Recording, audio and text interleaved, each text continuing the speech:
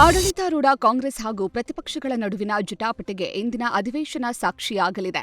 ಶತಾಯಗತಾಯ ಸಚಿವ ಬಿ. ನಾಗೇಂದ್ರ ರಾಜೀನಾಮೆಗೆ ಬಿಗಿಪಟ್ಟು ಹಿಡಿದಿರುವ ಪ್ರತಿಪಕ್ಷಗಳು ಸದನದಲ್ಲೂ ಸಮರ ಸಾರಲು ಸಜ್ಜಾಗಿವೆ. ವಾಲ್ಮೀಕಿ ಹಗರಣವನ್ನು ದಾಖಲೆ ಸಮೇತ ಪ್ರಸ್ತಾಪಿಸಿ ಸದನದಲ್ಲಿ ತೀವ್ರ ಹೋರಾಟಕ್ಕೆ ಪ್ಲಾನ್ ಮಾಡಲಾಗಿದೆ.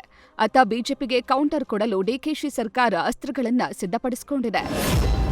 ಮುಂಗಾರು ಅಧಿವೇಶನ ಹಿನ್ನೆಲೆ ಇಂದು ಜೆಡಿಎಸ್ ಶಾಸಕಾಂಗ ಪಕ್ಷದ ಸಭೆ ನಿಗದಿಯಾಗಿದೆ. ಸಂಜೆ 7 ಗಂಟೆಗೆ ಬೆಂಗಳೂರಿನ ಖಾಸಗಿ ಹೋಟೆಲ್ನಲ್ಲಿ ಜೆಡಿಎಲ್ಪಿ ನಾಯಕ ಸುರೇಶ್ ಬಾಬು ಹಾಗೂ ಎಚ್.ಡಿ. ಕುಮಾರಸ್ವಾಮಿ ನೇತೃತ್ವದಲ್ಲಿ ಮೀಟಿಂಗ್ ನಡೆಯಲಿದೆ.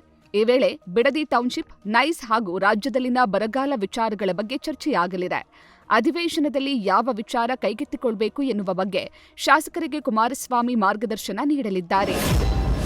ಜೆಡಿಎಸ್ ರಾಜ್ಯ ಉಪಾಧ್ಯಕ್ಷ ಗೊಟ್ಟಿಗೆರೆ ಮಂಜುನಾಥ್ ಬೆಂಗಳೂರು ಟ್ರಾಫಿಕ್ ಪೊಲೀಸ್ ಮೇಲೆ ದರ್ಪ ತೋರಿದ್ದಾರೆ. ಗೊಟ್ಟಿಗೆರೆ ಸಿಗ್ನಲ್ನಲ್ಲಿ ನಿಂತಿದ್ದಂತಹ ಟ್ರಾಫಿಕ್ ಪೊಲೀಸ್ ಹ್ಯಾಂಡ್ ಸಿಗ್ನಲ್ ಮಾಡಿ ಗೊಟ್ಟಿಗೆರೆ ಮಂಜುನಾಥ್ ವಾಹನವನ್ನು ನಿಲ್ಲಿಸಲು ಸೂಚಿಸಿದ್ರು.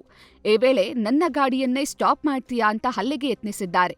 ತಕ್ಷಣ ಮಧ್ಯಪ್ರವೇಶಿಸಿ ಸಾರ್ವಜನಿಕರು ಜಗಳ ಬಿಡಿಸಿದ್ದಾರೆ.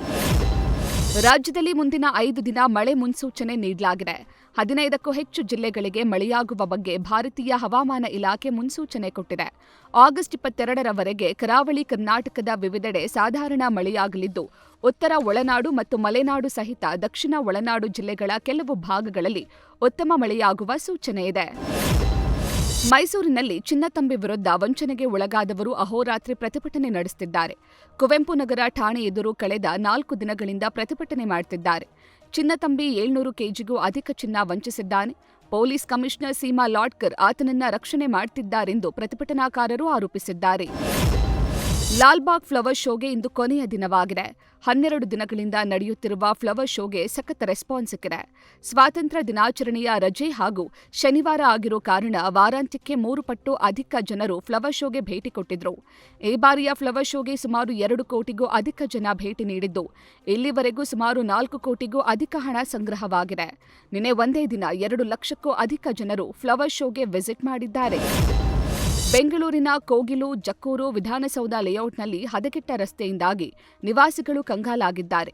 ಹಾಳಾದ ರಸ್ತೆ ಧೂಳಿನಲ್ಲಿಯೇ ಜನರು ಓಡಾಡುವಂತಹ ಪರಿಸ್ಥಿತಿ ಇದ್ದು, ನಗರಾಭಿವೃದ್ಧಿ ಸಚಿವ ಕೃಷ್ಣ ಬೈರೇಗೌಡ ತಮ್ಮ ಸಮಸ್ಯೆಯನ್ನ ಆಲಿಸಿ ಅಂತ ನಿವಾಸಿಗಳು ರಸ್ತೆಗಿಳಿದಿದ್ದಾರೆ.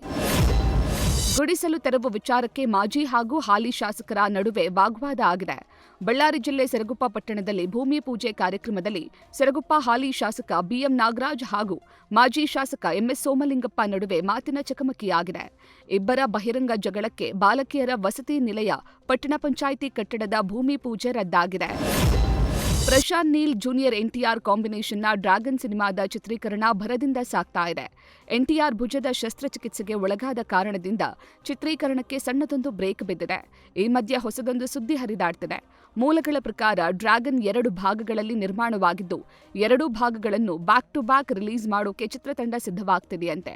2027ಕ್ಕೆ ಡ್ರ್ಯಾಗನ್ ಬಿಡುಗಡೆಯಾಗ್ತಿದ್ದು, ಭಾಗ 1 ಬಿಡುಗಡೆಯಾದ ಕೆಲವೇ ದಿನಗಳಲ್ಲಿ ಭಾಗ 2 ಬರಲಿದೆಯಂತೆ. ಕಿಚ್ಚ ಸುದೀಪ್ ಅನೂಪ್ ಭಂಡಾರಿ ಕಾಂಬಿನೇಷನ್ನ ಬಿಲ್ಲಾರಂಗ ಭಾಷಾ ಸಿನಿಮಾದ ಶೂಟಿಂಗ್ ಮತ್ತೆ ತಡವಾಗ್ತಿದೆ. ಹೀಗಾಗಿ ನಿರ್ದೇಶಕ ಅನೂಪ್ ಭಂಡಾರಿ ಮತ್ತೊಂದು ಸಿನಿಮಾವನ್ನ ಕೈಗೆತ್ತಿಕೊಂಡಿದ್ದಾರೆ. ಮೂಲಗಳ ಪ್ರಕಾರ ಈ ಸಿನಿಮಾದಲ್ಲಿ ಶ್ರೀನಿಧಿ ಶೆಟ್ಟಿ ಮತ್ತು ನಿರೂಪ್ ಭಂಡಾರಿ ನಟಿಸ್ತಾ ಇದ್ದು, ಈಗಾಗಲೇ ಕುಮಟಾದಲ್ಲಿ ಸಿನಿಮಾದ ಚಿತ್ರೀಕರಣ ನಡೆಯುತ್ತಿದೆಯಂತೆ. ಇನ್ನು ಬಿಲ್ಲಾರಂಗ ಭಾಷಾ ಸಿನಿಮಾದ ಮತ್ತೊಂದು ಹಂತದ ಶೂಟಿಂಗ್ ಸದ್ಯಕ್ಕೆ ಫೈನಲ್ ಆಗಿಲ್ಲ.